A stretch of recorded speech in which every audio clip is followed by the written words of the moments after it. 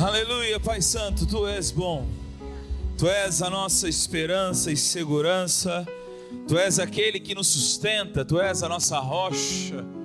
Estamos tão seguros debaixo de Tuas asas. Não tememos o amanhã trará os seus cuidados, Pai, mas nós estamos seguros em Ti.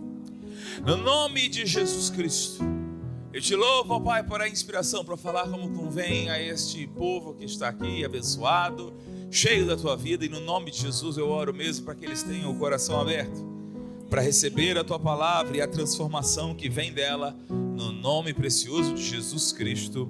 Amém e amém. Glória a Deus. Glória a Deus. Boa noite, gente.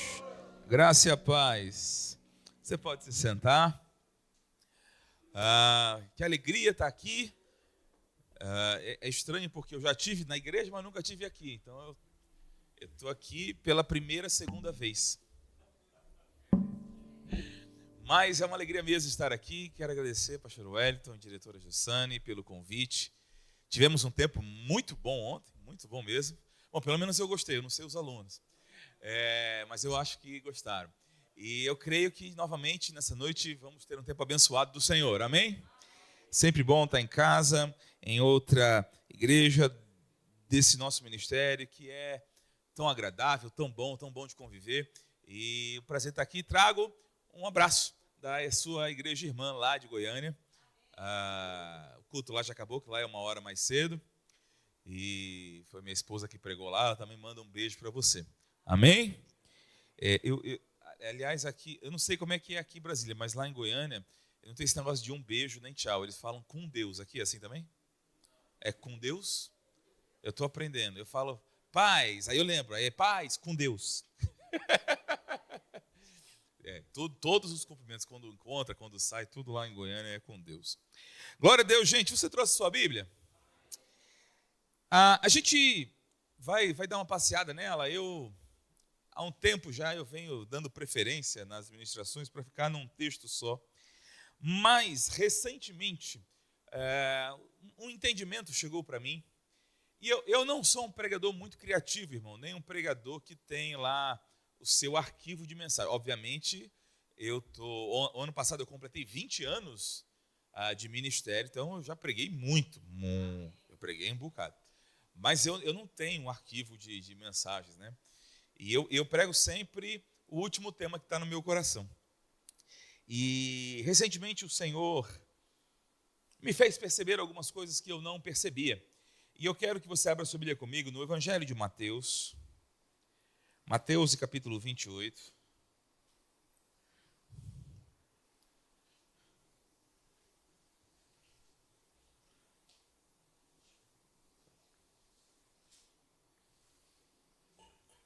Normalmente eu não dou nome para as mensagens. Mas, se eu fosse dar um nome para essa, seria Deus quer você rico. Gostou, né? Deus não quer que você fique preocupado em ser rico. Mas Ele quer você rico. Vou te mostrar isso na palavra de Deus, amém? Amém, gente? Glória a Deus. Diz assim.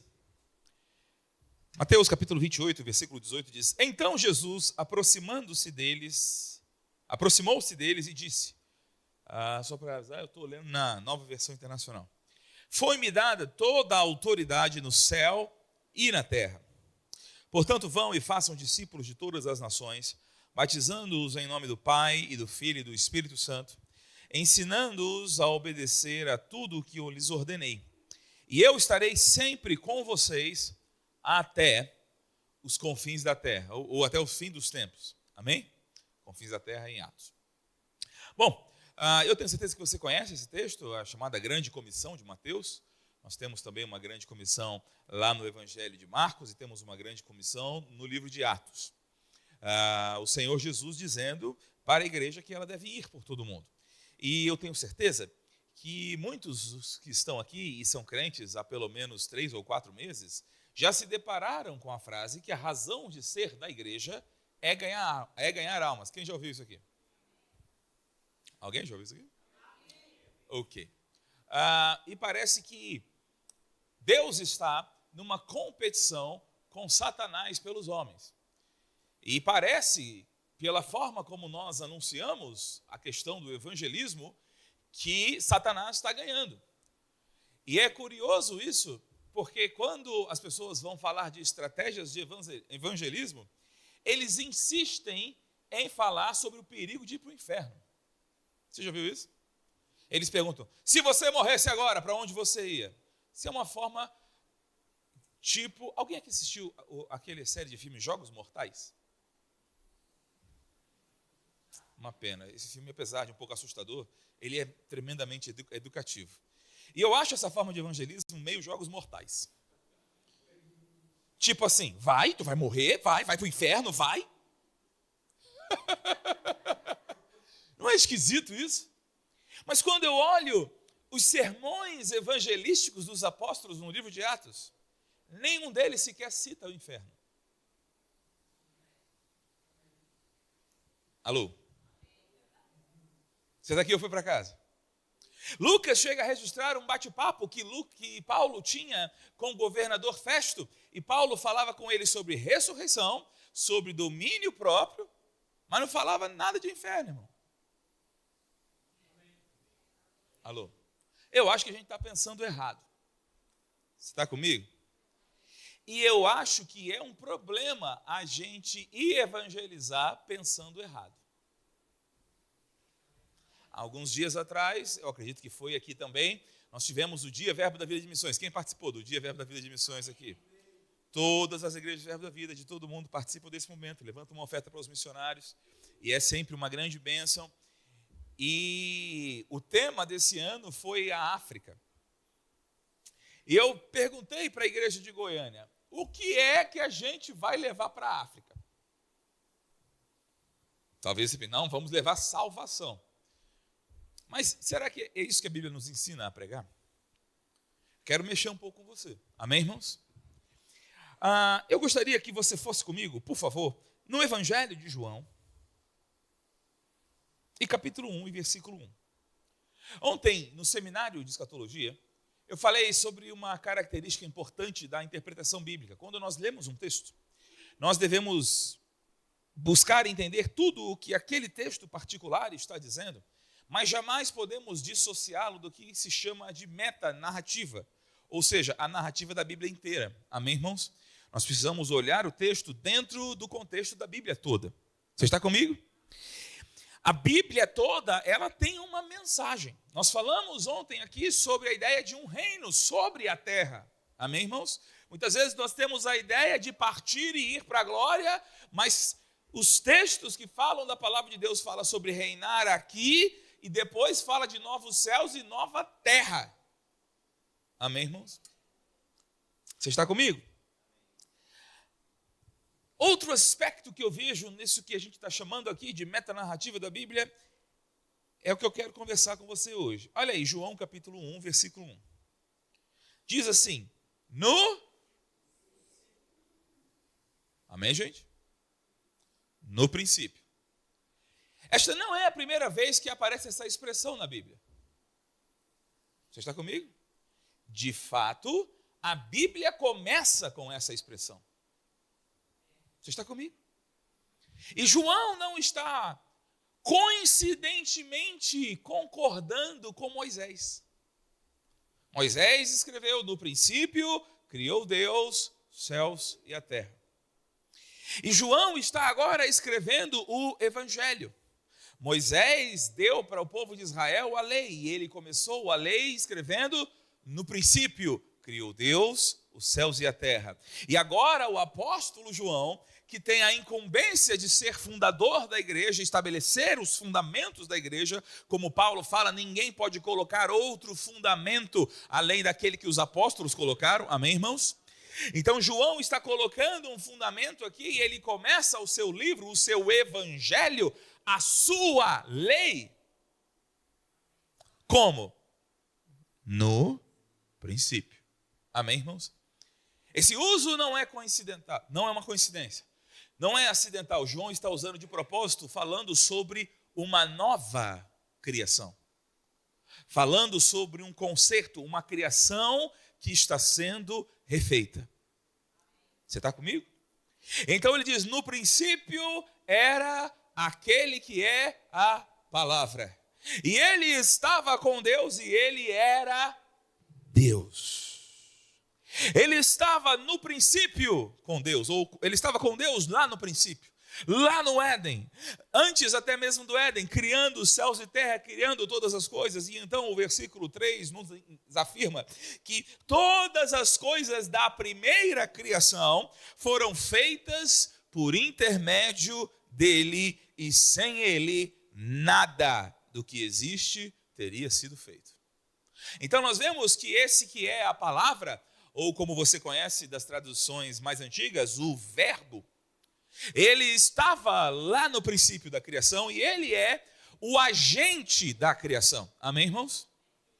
Tudo o que foi feito por meio dele se fez, e o livro de Hebreus, no capítulo 1, no versículo 3, vai dizer que ele sustenta todas as coisas pela palavra do seu poder. Ele que é a palavra, sustenta todas as coisas pela palavra do seu poder. Você está me acompanhando? Então nós temos, evidentemente, no Evangelho, no Novo Testamento, a ideia é de Deus criando de novo. Você está comigo? O apóstolo Paulo vai nos garantir isso no famoso texto de 2 Coríntios, capítulo 5, versículo 17, que diz: se alguém está em Cristo, é o que, gente? É uma nova criatura. As coisas antigas já passaram, eis que tudo se fez novo. Você está comigo? Então, a Bíblia, ela fala sobre essas duas criações, ou sobre a criação original e a recriação com aquele que é a palavra. Você está comigo? Mas eu quero olhar com você um pouco para a primeira criação. Vá comigo lá, capítulo 1 de Gênesis.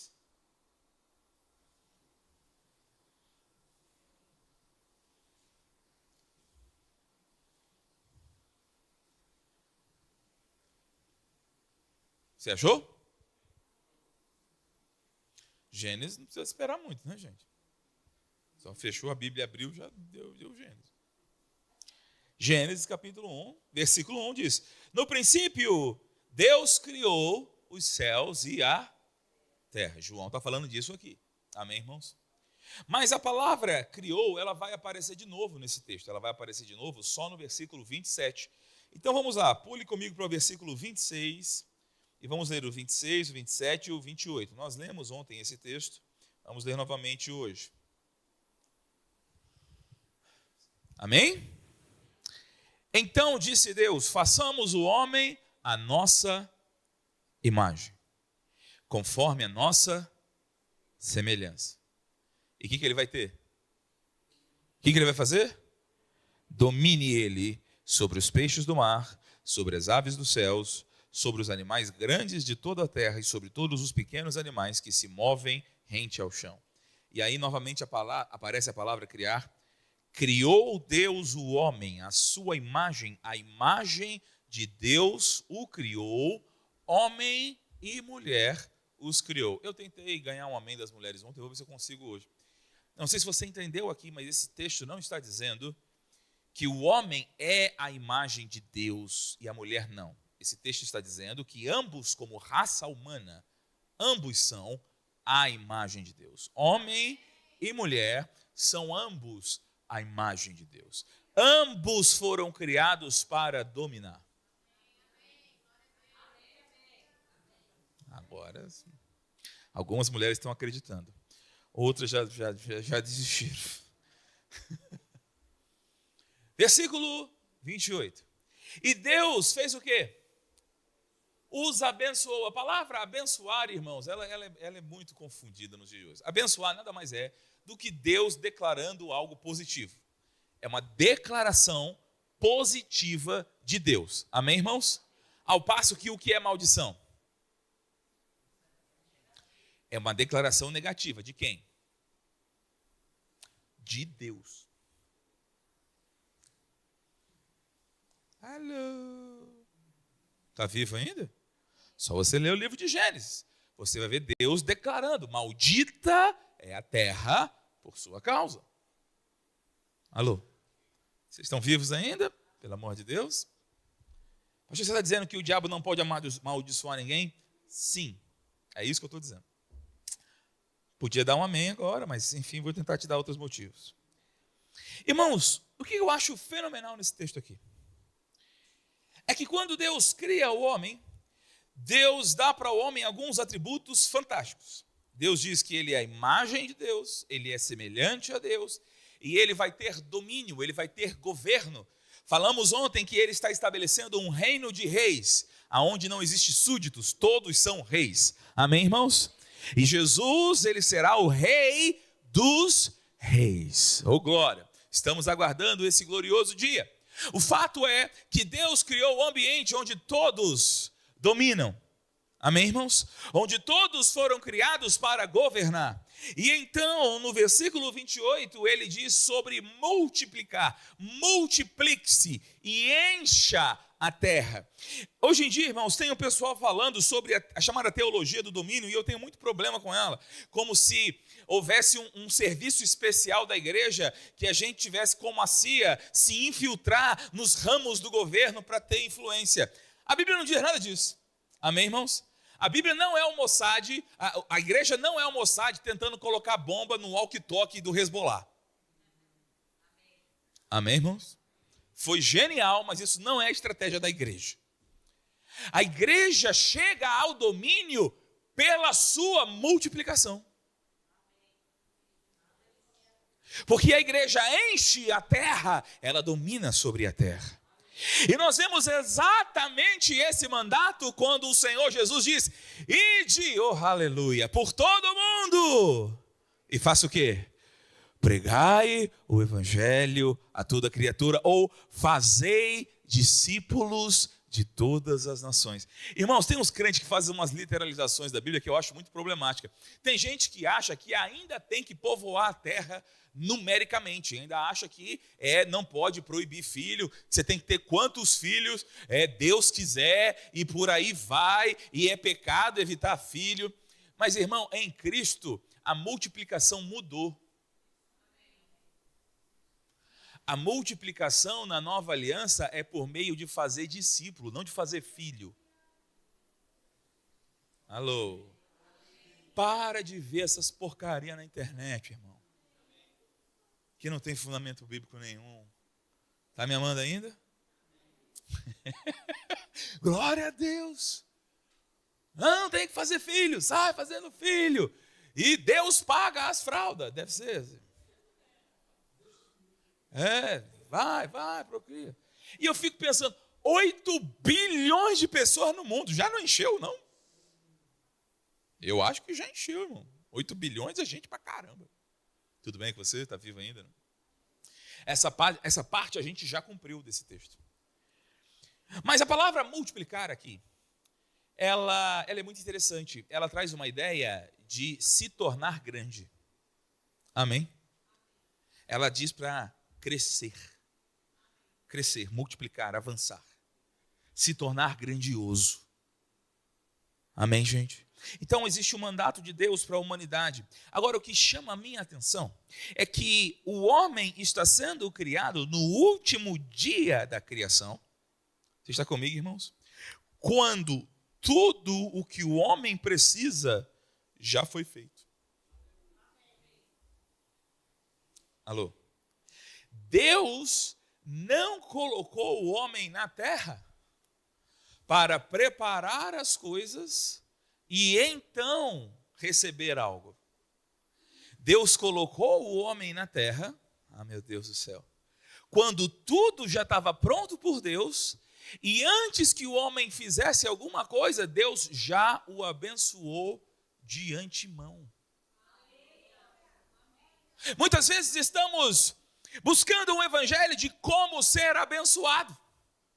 Eu preciso fazer isso porque se eu fizer isso, o Senhor vai abençoar. Se eu fizer isso, o Senhor vai abençoar. Mas na criação de Deus, Deus abençoou antes do homem fazer qualquer coisa. E a nova criação? A nova criação diz que antes mesmo de você nascer e existir, Deus, Efésios capítulo 1, versículo 3, Deus já nos abençoou com toda sorte de bênção espiritual nas regiões celestiais. Você crendo ou não, Deus já declarou tudo positivamente na sua direção. Ah, meu Deus do céu. Amém, irmãos?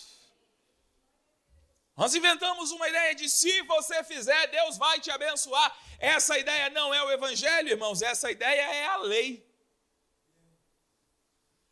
Se hoje ouvides atentamente a voz do Senhor teu Deus, cuidando de guardar todos os seus mandamentos que hoje te ordeno, então virão sobre ti essas bênçãos. Mas a lei não foi escrita para justos, a lei foi escrita para pecadores.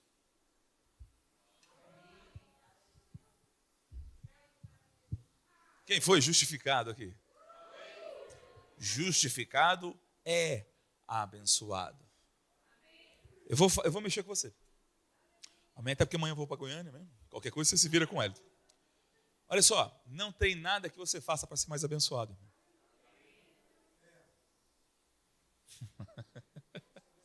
Glória a Deus. Você é abençoado. Amém? Agora vira a página, porque Deus continua dando alguns detalhes interessantes aí da nossa criação, da primeira criação. Capítulo 2 e versículo 8.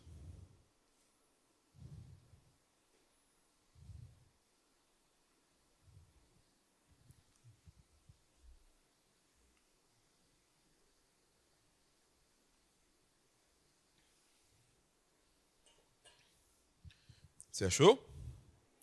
Diz assim: ora, o Senhor Deus tinha plantado um jardim no Éden, para os lados do leste, e ali colocou o homem que formara. De novo, temos o mesmo padrão. Deus prepara antes e coloca o homem depois. Creia se quiser. Preste atenção no versículo 9. O Senhor Deus fez nascer então do solo todo tipo de árvores agradáveis aos olhos. Amém? E o quê? Boas para alimento. E no meio do jardim estavam a árvore da vida e a árvore do conhecimento do bem e do mal. E aí vai falar dos rios e aquela coisa toda. E o versículo 15 nos diz assim: o Senhor Deus colocou o homem no jardim do Éden para cuidar dele e cultivá-lo. O homem não foi criado para ser inútil, amém, irmãos? Foi criado para ser produtivo. E o Senhor Deus ordenou ao homem, faça o quê? O que é para o homem fazer, gente? O que é para o homem fazer? Coma. Como? Livremente. Deus fez brotar todo tipo de árvore que agradava os olhos do homem e que era saborosa. Tu está entendendo aqui que ele viu, achou bonito e vai sentir prazer degustando? Aí Deus disse o que para ele? Pode comer tudo. Alô? De todas essas aqui, você só não pode de uma. Mas quando eu penso nisso, irmãos, olha só. Deus cria milhares de árvores, milhares de espécies, ok? E diz para o homem: come de tudo, só não come essa. Eu estou criando um ambiente de possibilidades ou de limitações? Pelo amor de Deus. São infinitas possibilidades contraditas a apenas uma limitação. Mas quando a gente pensa no evangelho que a gente vai levar, a gente fala para os outros: olha, não, eu não quero não porque eu sou crente. Eu não faço porque eu sou crente. Eu não isso porque eu sou crente. Nós inventamos, e não fomos nós que inventamos, já vou te mostrar quem foi que inventou, o evangelho da impossibilidade. Anunciamos Jesus para as pessoas e precisamos explicar como ela vai se dar bem, deixando de fazer tudo que ela gosta.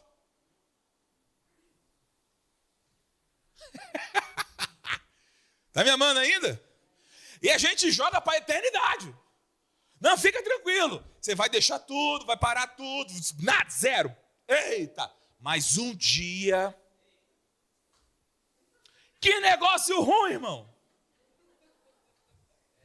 Que dia é esse que nunca chega?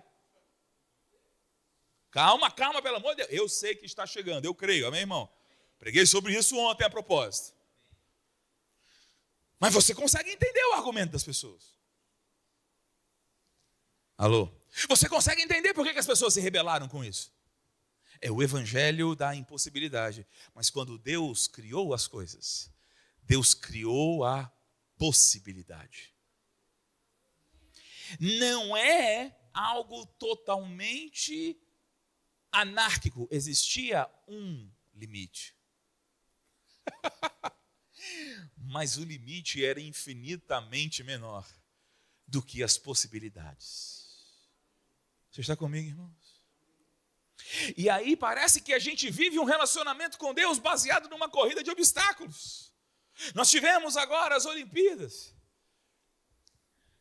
E era interessante, vocês viram as corridas de obstáculos? É a corrida que é a prova que tem, uma das provas que tem mais acidente nas Olimpíadas. Os caras vêm correndo e tem que pular as coisas. E muitas vezes tropeçam naqueles obstáculos e caem. E aí na igreja a gente fala que, viu, caiu. Tinha um obstáculo lá, caiu. A gente fala do atleta, a gente fala dos crentes, a mesma coisa. Porque achamos que a vida com Deus é uma vida de obstáculos. A gente acha que o jogo com Deus é um jogo de videogame. Né? Alcance tantas coisas. Depois faça não sei o quê. Agora ore não sei quantas horas. Agora vá não sei para onde. Agora venha para cá, faça isso. Agora venha para cá, faça isso. Agora venha para cá, faça isso. Agora, pronto, agora você está digno de eu dar uma bênção para você.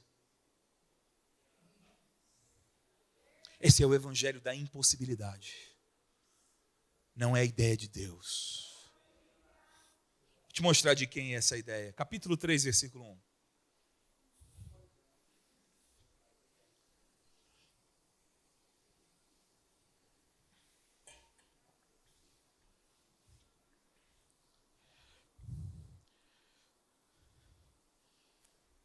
Você achou? Virou a página aí? Capítulo 3, versículo 1 diz: Ora, a serpente, que Apocalipse vai nos explicar que é o diabo, amém, irmãos? Era o diabo, isso aqui é uma metáfora. Era o mais astuto de todos os animais selvagens que o Senhor Deus tinha feito. Ela perguntou à mulher: foi isso mesmo que Deus disse? O quê? O que a serpente diz? Olha o evangelho da serpente, ó. Deus criou tudo isso aqui e disse: não come.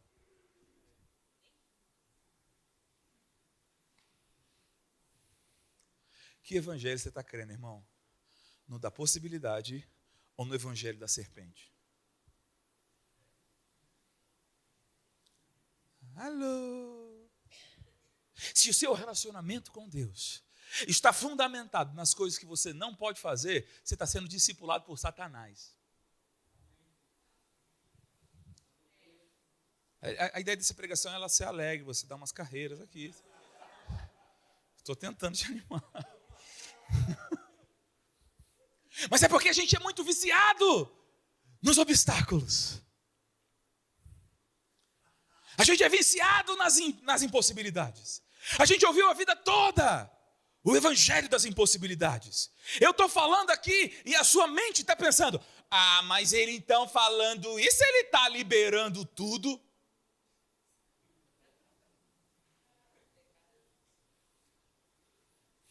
Vou te explicar já já. Mas por que a gente pensa assim? Porque a gente é viciado em impossibilidades no evangelho da serpente. Alô? Mas quando a gente entende que a ideia de Deus para nós é: filho, toma aqui tudo isso aqui, tudo que eu fiz é seu. Domina, governe e se multiplica, se espalha. Domina tudo, te dei tudo. Só não toca aqui, ó. Não tocar aqui significava só não me substitua no seu coração. Vou deixar isso para a próxima vez que o pastor Hélio me convidar aqui. Não dá tempo. Esse é um jeito maravilhoso de fazer uma cantada para outra pregação. Você está comigo, irmãos? Diga, Deus criou o evangelho da possibilidade. Mas e a nova criação? Fala alguma coisa sobre isso? Eu acho que fala. Queridão, põe para a gente aí, e eu vou ler junto com o pessoal, João capítulo 10, versículo 10. Texto razoavelmente conhecido. O ladrão, ele vem apenas para roubar, para matar e para destruir. Eu vim para que vocês tenham vida, e tenham essa vida como? Cheio de impossibilidades, tenham uma vida cheia de limitação, tenham uma vida cheia de não podes. Não, eu vim para que vocês tenham vida plena. Você tem a NVT aí? Pode colocar, por favor? Esse versículo na NVT é muito legal.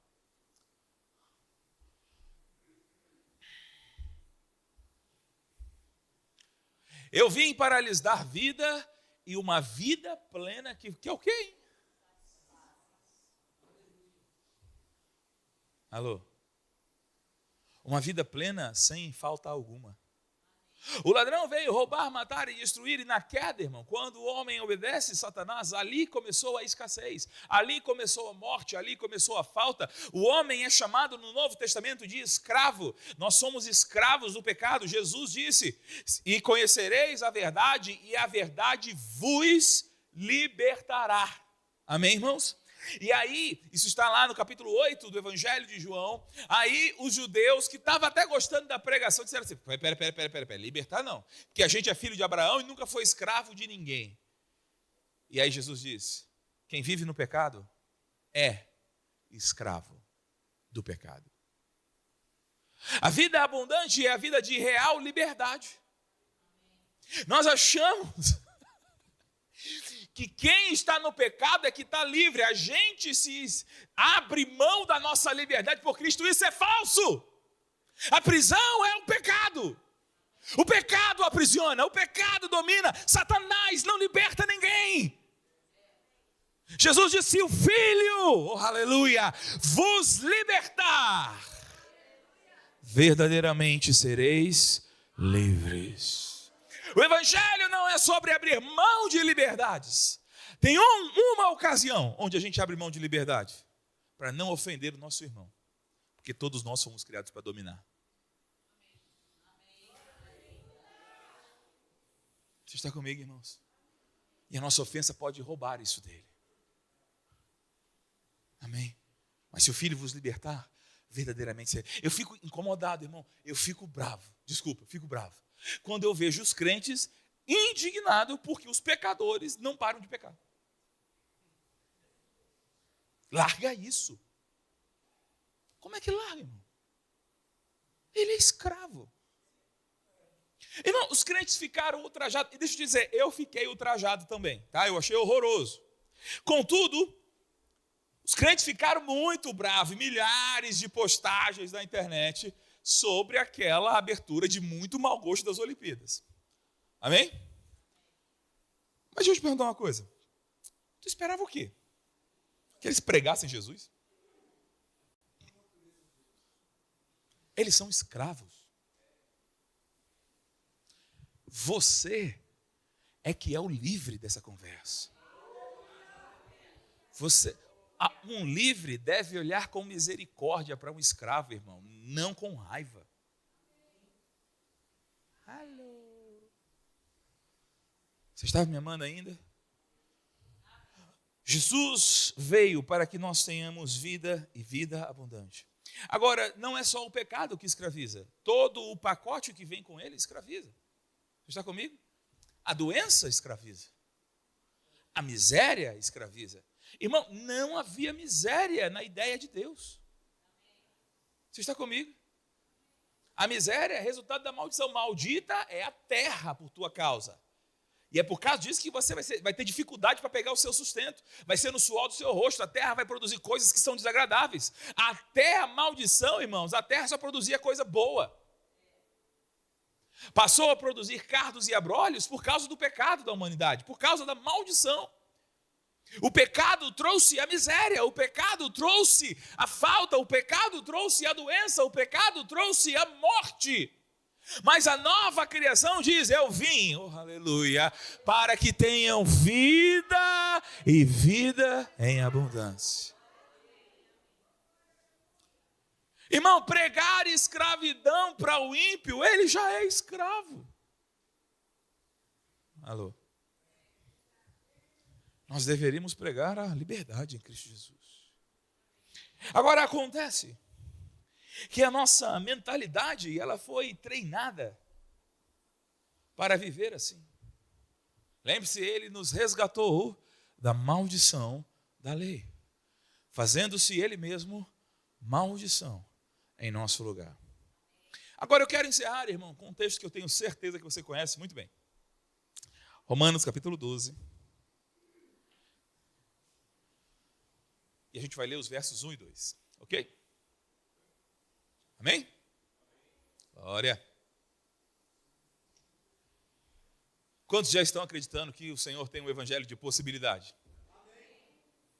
Amém. Algumas semanas atrás, Eliezer esteve conosco lá na igreja, cantamos algumas canções do Eli aqui. Ele esteve ministrando, e ele estava ministrando o texto de Mateus capítulo 6, que fala sobre buscar em primeiro lugar o reino de Deus e a sua justiça, e todas as demais coisas vos serão acrescentadas. Olha só, olha a ordem do texto. Irmão, por favor, preste atenção nisso aqui. Buscai o reino de Deus e a sua justiça, e as coisas vão ser acrescentadas. Aí que a gente faz? Justifica não servir o reino nem viver em justiça, porque está tendo que correr atrás das coisas. E sabe o que é mais lindo? A gente vai orar a Deus pedindo coisa.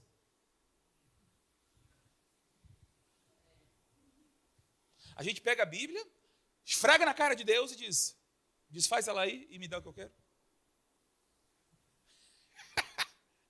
Alô, você está vivo, pelo amor de Deus? Ele diz: não andeis ansiosos, porque você vai comer ou beber. Fica atento, é para o reino. Viva para a glória de Deus. Seu pai sabe que você precisa de tudo isso. Ele fez um universo de possibilidade para você. Ele disse: filho, pode comer de tudo. Irmão, Deus é tão absurdo nesse negócio da abundância, que, vamos lá, Deus cria Adão, aí põe Adão no Éden, criou tudo primeiro, põe Adão no Éden, com tudo já, tudo abençoado. Aí Adão vai e peca, faz o que é errado. Aí a humanidade começa a pecar desesperadamente, né? E Deus envia o dilúvio. Amém, gente? Porque chegou no momento onde a coisa iria se perder toda. Mas Deus acha um justo ali no meio, ele acha Noé. E aí Noé, ele põe na arca, Noé sai da arca, Deus fala o que para Noé? Sabe o que Deus fala para Noé? Multiplica, enche a terra, sujeita ela. Mas ele diz mais uma coisa para Noé. Ele diz assim, ó, como no início dei as árvores, agora dou também os animais. A possibilidade não diminuiu depois do pecado. Deus aumentou a aposta na possibilidade. Deus não chegou para Noé e falou: ó, Noé, preste atenção, hein? Vou deixar você comer o que Adão vacilou, mas... Não, ele não falou isso. Ele disse, ó, para Adão, talvez tenha sido esse o meu... Claro que Deus não falou talvez, amém, irmãos? Mas eu estou aqui elocubrando, inventando uma história aqui, ok, gente? Deus falou assim, olha, Adão, eu dei só as árvores, ele não entendeu a mensagem, então eu vou te dar as árvores e os animais. Eu vou aumentar o que você tem de possibilidade. E aí o apóstolo Paulo nos diz em 1 Coríntios capítulo 3 e versículo 20, não vos glorieis no homem, seja Paulo, seja Cefas, seja Cristo, seja as coisas do presente ou as coisas do porvir, seja a vida, seja a morte, tudo é vosso. E vós de Cristo, e Cristo de Deus. A gente fica nessa eterna preocupação de fazer certo para Deus nos abençoar, quando a ideia de Deus é o contrário, é te abençoar tanto que você abra mão do errado. Você está comigo, irmãos? O evangelho, irmão, eu achava que era assim, ó. Eu fazia tudo certinho, aí Deus olhava, aí eu perseverava, aí Deus dava um teste. Vamos ver o quanto ele aguenta fazendo certo sem ganhar nada. Mas Deus faz em prova aquele, seu servo que ama. Estás sendo provado, deixa Deus provar. Desculpa. E aí depois de muito perseverar e apanhar feito um cachorro, finalmente Deus dá uma benção. Mas o apóstolo Pedro diz na sua segunda carta, diz que ele já nos concedeu todas as coisas que conduzem à vida e à piedade, pelo conhecimento completo daquele que nos chamou, ele mesmo nos chamou para a sua própria glória e virtude, pelas quais nos afastamos da natureza terrena. A gente acha que se afasta da natureza terrena, busca a natureza de Deus, a glória de Deus, e então ele nos dá as coisas. Mas o evangelho é o contrário. Deus enche de coisa. Oh, aleluia. Te chama para a glória. E quando você está cheio da glória, você abandona, oh meu Deus, a natureza terrena. Irmão, um escravo não quer sair da escravidão para viver uma vida inferior. Ele quer sair da escravidão porque ele sabe que a vida de liberdade é melhor. Eu mandei você abrir aonde, hein? Romanos, e capítulo 12. Amém? Romanos 12, 1 diz: portanto, rogo-vos pelas misericórdias de Deus, que se ofereçam em sacrifício, ou o vosso corpo. Aqui na NVI é melhor o corpo mesmo. Em sacrifício vivo, santo e agradável para quem? A Deus. Isso é o vosso culto racional, intencional, de propósito. Amém, irmãos? Mas aí ele diz algo interessante. Ele diz: não se amoldem ao padrão deste mundo, mas transformem-se pelo quê? Pela a sua transformação. Acontece quando? A minha transformação, irmão, não acontece quando eu faço todo o esforço do mundo para agradar a Deus.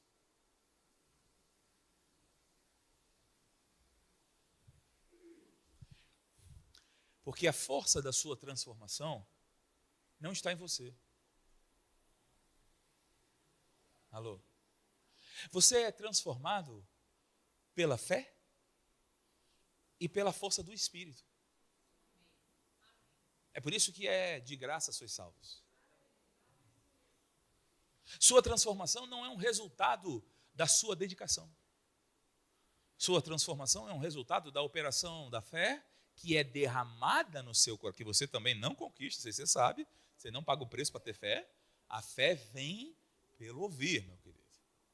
E vamos combinar que o evangelho começou há 2000 anos atrás na Palestina e chegou até você. Então foi a palavra que te perseguiu, não foi você que perseguiu a palavra. Alô? 2000 anos atrás, milhares de quilômetros daqui, a palavra vem te perseguindo pelos séculos, até que chegou em você e te gerou fé. E nesse momento o Espírito Santo operou a transformação no seu coração e te religou com Deus novamente. Você está comigo?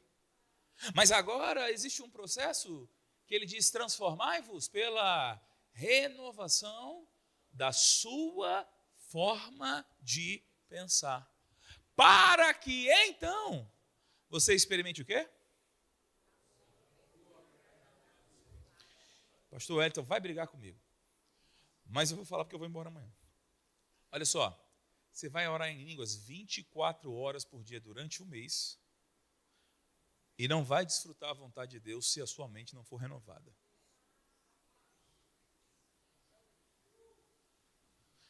Aliás, você acha que se orar muito vai ter muito poder. O que é isso? Isso é o evangelho da impossibilidade. O poder do Espírito está gratuitamente derramado na sua vida. Quem nos ungiu foi o Senhor, irmão. Se você está orando para conquistar de Deus, Deus não está nem ouvindo sua oração. Está me amando ainda? Porque Ele deu tudo de graça. Você ora para receber, para conviver, para amá-lo, para glorificá-lo, irmão. Não para comprar bênção. Larga esse evangelho da impossibilidade. Transformai-vos, viva a completa transformação. Ela já se operou em seu espírito, mas a completude disso está no fato de você, uma vez nascido de novo, não andar na forma mental, nos códigos mentais, na ética, na estrutura de pensamento para ser moderno, no mindset desse mundo. Agora deixa eu te fazer uma pergunta. Essa pergunta aqui é interessante. Qual é o mindset do mundo, irmão? Já parou para pensar nisso? Por exemplo, sobre o assunto da prosperidade. O que é o que o mundo pensa?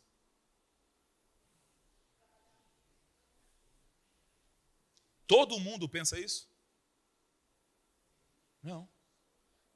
Cada mundo pensa alguma coisa. O mundo da sua casa tem alguns valores. A sua história tem alguns valores. O grupo que você convive tem alguns valores. Se você cresceu entre bandidos, você vai ter valores diferentes. Se você cresceu entre filósofos, você vai ter alguns valores.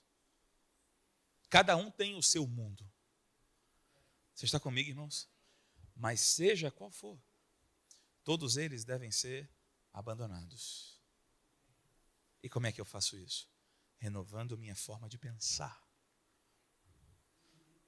Eu não faço isso pagando o preço de oração. Eu faço isso renovando a minha forma de pensar.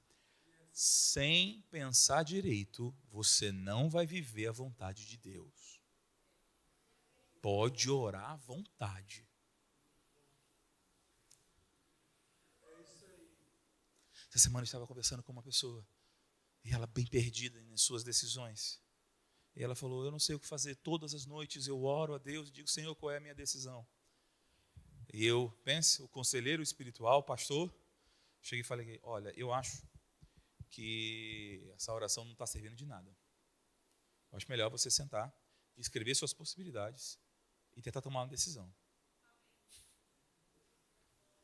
Você está comigo, irmãos? É aprender a pensar como Deus pensa, a respeito do que Ele pensa para nós. E o que Ele pensa para você? Possibilidades. Deus não criou um mundo de não podes. Quem inventou esse mundo foi o diabo. Queria que você ficasse de pé, por favor.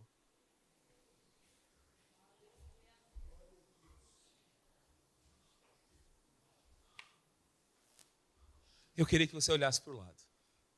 Olha aí para o lado. Sabe o que você está vendo? Infinitas possibilidades. Diga para essa pessoa, eu estou vendo infinitas possibilidades. Deus está colocando diante de você, irmão, infinitas possibilidades. Anda com Ele, e Ele vai tirando de você o que não é para estar. Não é você que faz isso é obra dele. Mas Ele está te dando infinitas possibilidades. Levanta a sua mão e dá graças ao Senhor, se você crê nisso, se você recebeu alguma coisa boa, se você entendeu essa mensagem.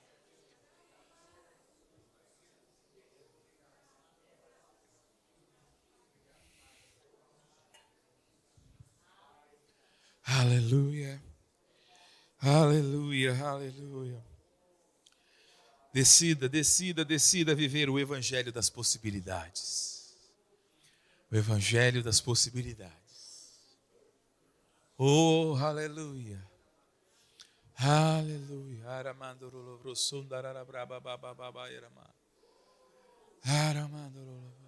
Deus não está irritado, irmão. Deus não está irritado com você.